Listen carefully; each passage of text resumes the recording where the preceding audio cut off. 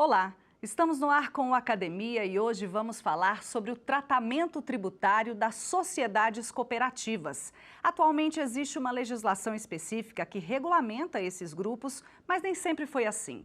Só em 1988 é que o tema foi constitucionalizado. E quem vai nos explicar tudo sobre isso é o mestre em Direito Tributário Guilherme Castro, autor da dissertação de hoje. Tributação das sociedades cooperativas. Dissertação apresentada à banca examinadora da Pontifícia Universidade Católica de São Paulo como exigência para a obtenção do título de mestre em Direito Tributário, sob a orientação do professor doutor Paulo de Barros Carvalho. No Brasil, o marco do cooperativismo aconteceu no meio rural, em 1902, no município de Nova Petrópolis, Rio Grande do Sul.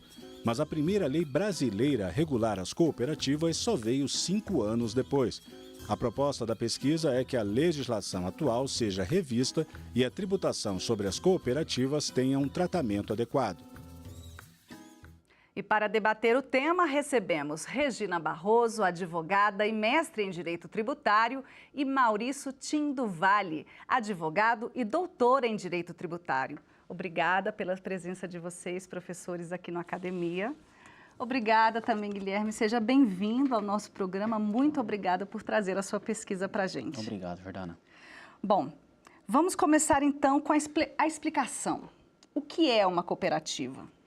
Bom, Jordana, cooperativa no Brasil ela tem inúmeras peculiaridades, tá? Primeiro de tudo, é importante que seja feita uma distinção entre as sociedades cooperativas e as sociedades empresárias.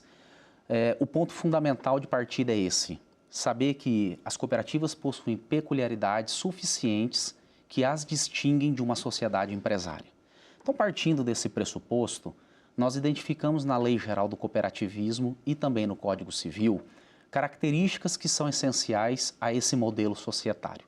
Então, dentro da cooperativa, o que mais chama atenção é que o caráter pessoal do associado, a presença do associado, ele se sobrepõe ao capital. Então, acima de qualquer coisa, a cooperativa, seja qual for a modalidade dela, ela sempre será uma sociedade de pessoas. A ideia da legislação é que, por meio das cooperativas, seja possível, muitas das vezes, trazer pessoas que estejam até à margem da economia, para dentro de um segmento e ali conseguir desenvolver suas atividades, ter acesso ao mercado, vender os seus produtos, prestar serviço, enfim. Então, a cooperativa ela se preocupa muito com esse aspecto pessoal, que está muito acima do capital, que é uma característica intrínseca das sociedades empresárias. Então, quando nós partimos dessa perspectiva, tudo começa a se desenhar de uma maneira diferente. Então, diante dessas circunstâncias, as cooperativas elas vêm aí trabalhando, se desenvolvendo, inserindo muitas vezes as pessoas dentro de um cenário econômico, e tem muitas outras peculiaridades que podem trazer em razão disso. Por exemplo, na sociedade de capital, que é uma sociedade empresária, você praticamente vale, vamos dizer assim, pelo seu poder econômico dentro da sociedade. Então, quanto mais capital social você tiver, maior vai ser o seu poder de voto, de decisão e daí por diante.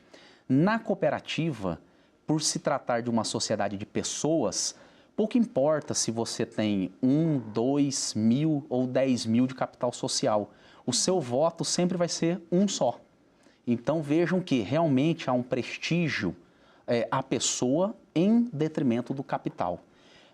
Mas além disso tudo, a cooperativa ela tem se destacado muito pela sistemática de não obtenção de lucro. Mas como assim? Eu vou entrar numa sociedade que não vai ter lucro? Não.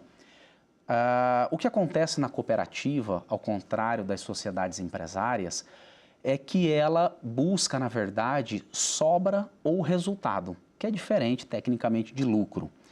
E essa sobra e esse resultado volta para o associado, que é o dono da cooperativa, na mesma proporção que ele utiliza dos serviços da cooperativa ou dos produtos e daí por diante.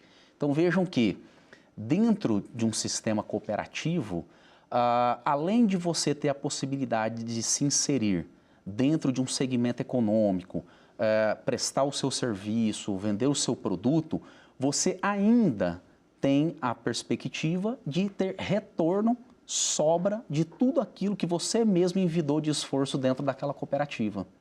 Então, em razão dessas circunstâncias, nós verificamos que as cooperativas existem com peculiaridades muito próprias, certo?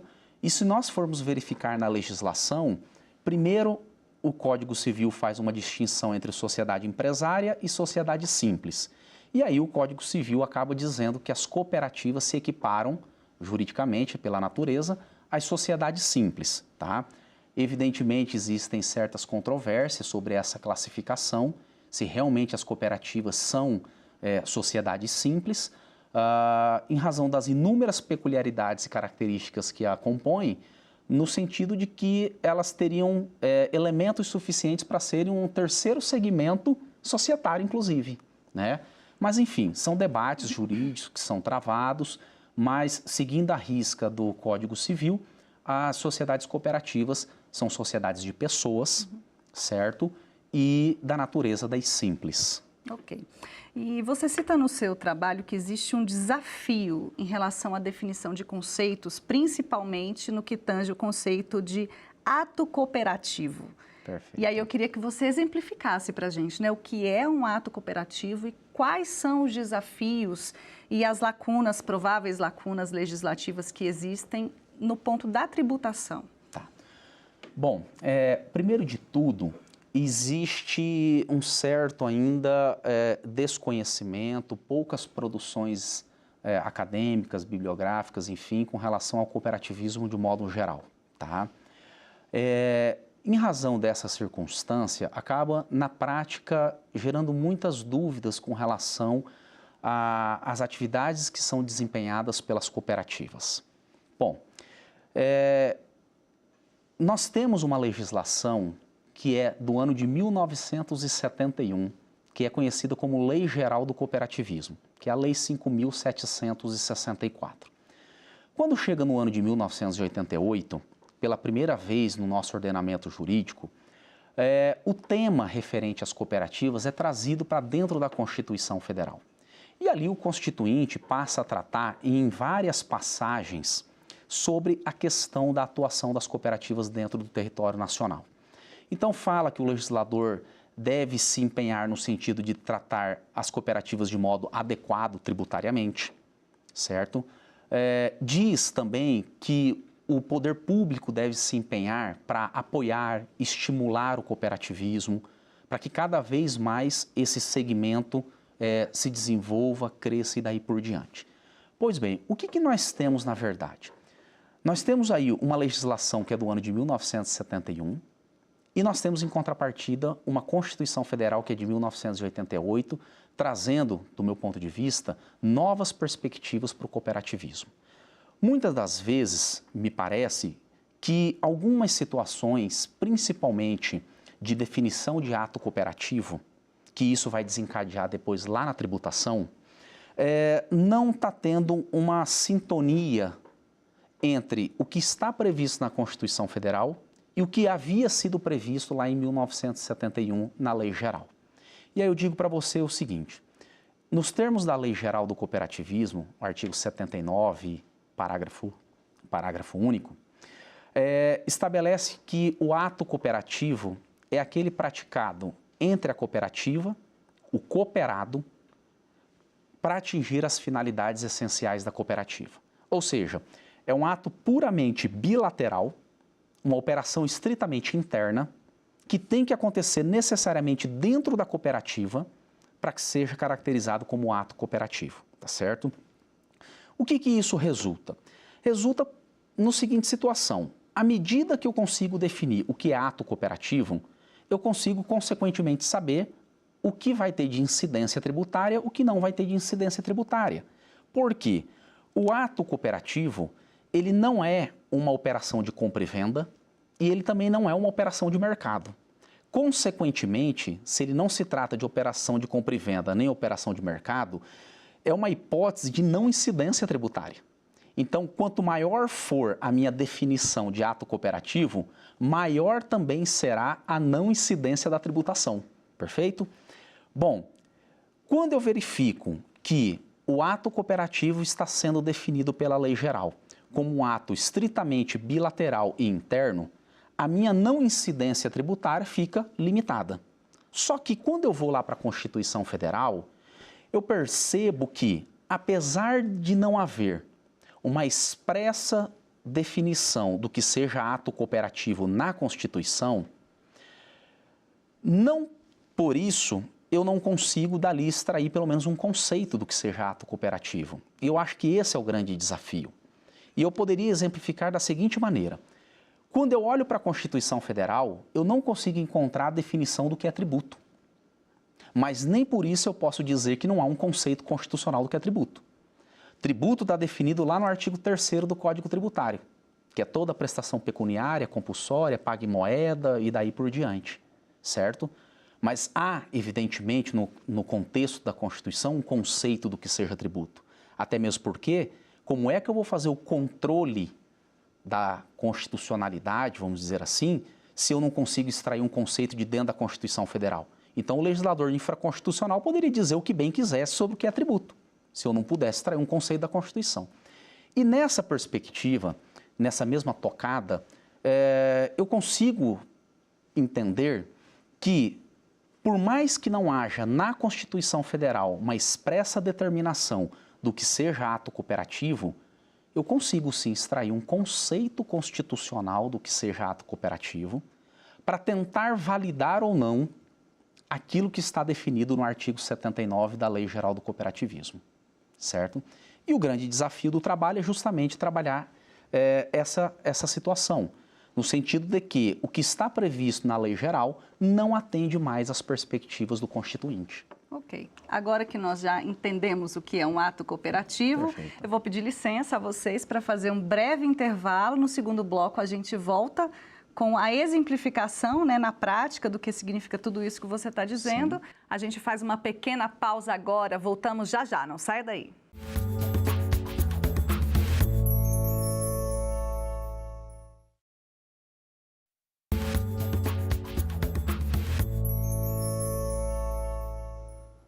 O Academia está de volta e o tema de hoje é a tributação das sociedades cooperativas. Bom, nós terminamos o nosso primeiro bloco falando sobre o conceito de ato cooperativo e agora eu passo a palavra para a professora Regina. Por favor, professora. Eu queria agradecer à TV Justiça e o programa Academia pelo convite, parabenizar o Guilherme pela dissertação, muito empolgante o tema. Né? Eu que sou de origem da auditoria da Receita Federal, hoje aposentada, realmente verifico o quanto, né, faz falta a edição da lei complementar para definir o que é o adequado tratamento tributário que se deve dar ao ato cooperativo. Né? Isso trazendo uma insegurança jurídica tanto para os cooperados quanto para a cooperativa e também para a própria fiscalização. Né?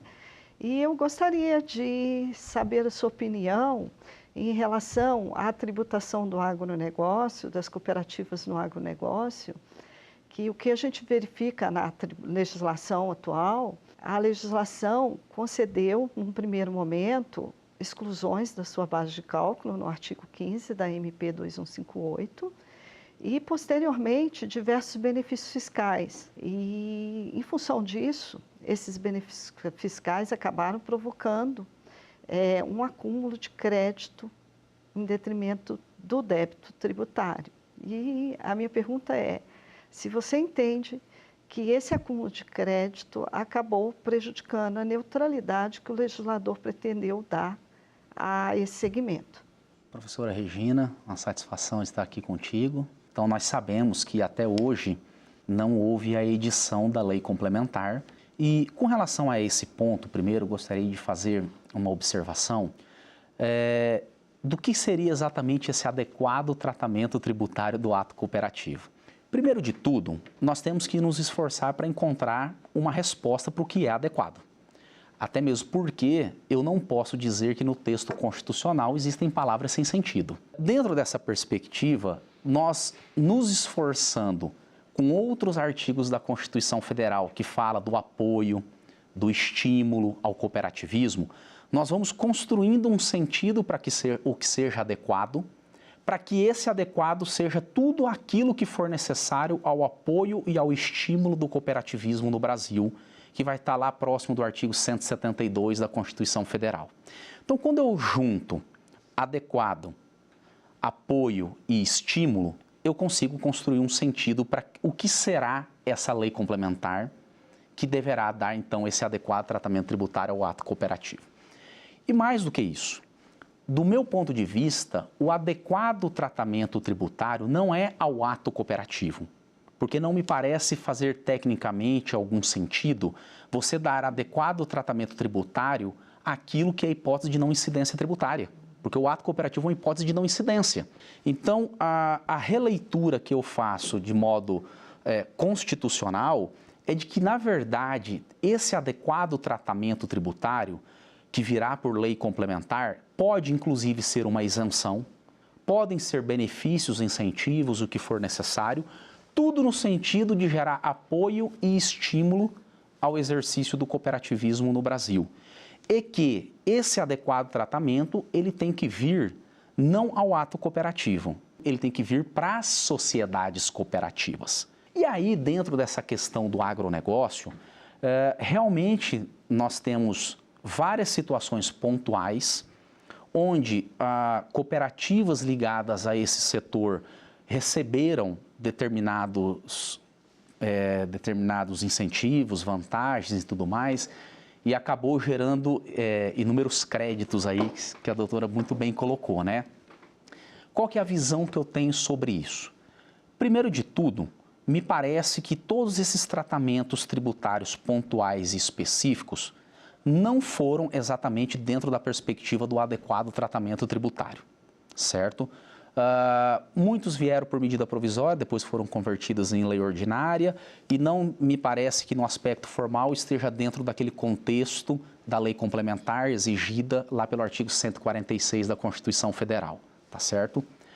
O que acontece? Na prática, esses incentivos, esses benefícios, enfim, que foram concedidos, me parece que, pelo resultado que ele teve, está muito mais voltado a questões orçamentárias, de finança, se deu certo ou não deu certo, a perspectiva, do que propriamente do plano jurídico. Então, a minha visão, em resumo, doutora, é que esses tratamentos, essas políticas fiscais que foram concedidas ao agronegócio, são políticas que foram concedidas, como já foram concedidas para vários outros setores da economia, mas não me parece que esteja dentro do propósito do adequado tratamento tributário, porque esse sim tem que vir dentro de uma perspectiva ampla para atender todas as cooperativas e não simplesmente um segmento, certo? De maneira que seja por lei complementar, como assim determinou o Constituinte, então há um requisito formal, e materialmente me parece que esse adequado tratamento tributário é tudo aquilo que puder estimular e apoiar o cooperativismo, podendo ser, inclusive, isenção de caráter nacional. Professor? Guilherme, eu gostaria de te parabenizar também pelo livro. O que eu percebi do livro, e não ligue, academicamente eu sou meio contundente. O que eu percebi do livro é que é um livro mais prático, pelo que me pareceu, e eu tomei o cuidado de lê-lo todo e identifiquei algumas divergências de premissa entre nós. Perfeito. Né? No que se refere, por exemplo, à classificação, a tua crítica à classificação realizada pelo Código Civil, estabelecendo que sociedades cooperativas seriam sociedades simples, e até me chamou muito a atenção uma menção sua dizendo que competiria a ciência do direito reorganizar o sistema. A minha primeira pergunta seria nesse sentido, então. Será que, de fato, nós, cientistas do direito, temos mesmo esse poder de aprisionar o legislativo, reclassificar aquilo que o legislativo fez? Essa é a primeira. Mas, diretamente relacionada a essa também, eu tive uma outra dúvida específica. Na sua concepção a respeito de norma jurídica, me parece que você, na esteira do que fazem outros grandes tributaristas até, leva em consideração a estrutura da norma como aquela estrutura keynesiana de juízo hipotético condicional, que é muito boa para explicar normas de conduta. Perfeito. Como se todo o nosso sistema fosse composto tão somente por normas de conduta, o que não é verdade, né? Será que essa norma que estabelece o adequado tratamento tributário ao ato cooperativo, ela de fato não é uma norma de conduta? Tenho certeza disso, não é uma norma de conduta, me parece que é uma norma de competência. E me parece que normas de competência não poderiam ser reduzidas a normas de conduta por problemas específicos já levantados pelos lógicos, principalmente do direito. No livro eu senti falta, e talvez seja uma deficiência minha, talvez eu não tenha percebido, aprendido isso. Qual seria então o conceito constitucional, se possível for extrair um conceito constitucional para delimitação de competência, qual seria esse conceito constitucional de ato cooperativo? Bom, agradeço, doutor, pelas perguntas. Realmente nós poderíamos debater longamente a respeito de todas essas pontuações. A respeito da questão da classificação feita pelo Código Civil como sendo as cooperativas sociedades simples, certo? Até um ponto que eu inicio no trabalho dizendo o seguinte, olha, o cientista, o operador do direito, ele tem que ter muito cuidado sob o pretexto de estar interpretando, de estar inovando o sistema jurídico, que seria um pecado abominável. Ou seja, o operador, não concordando com o legislador, querer mudar a própria lei sob o manto de uma interpretação. Então, realmente tem que ter muito cuidado com isso daí, certo?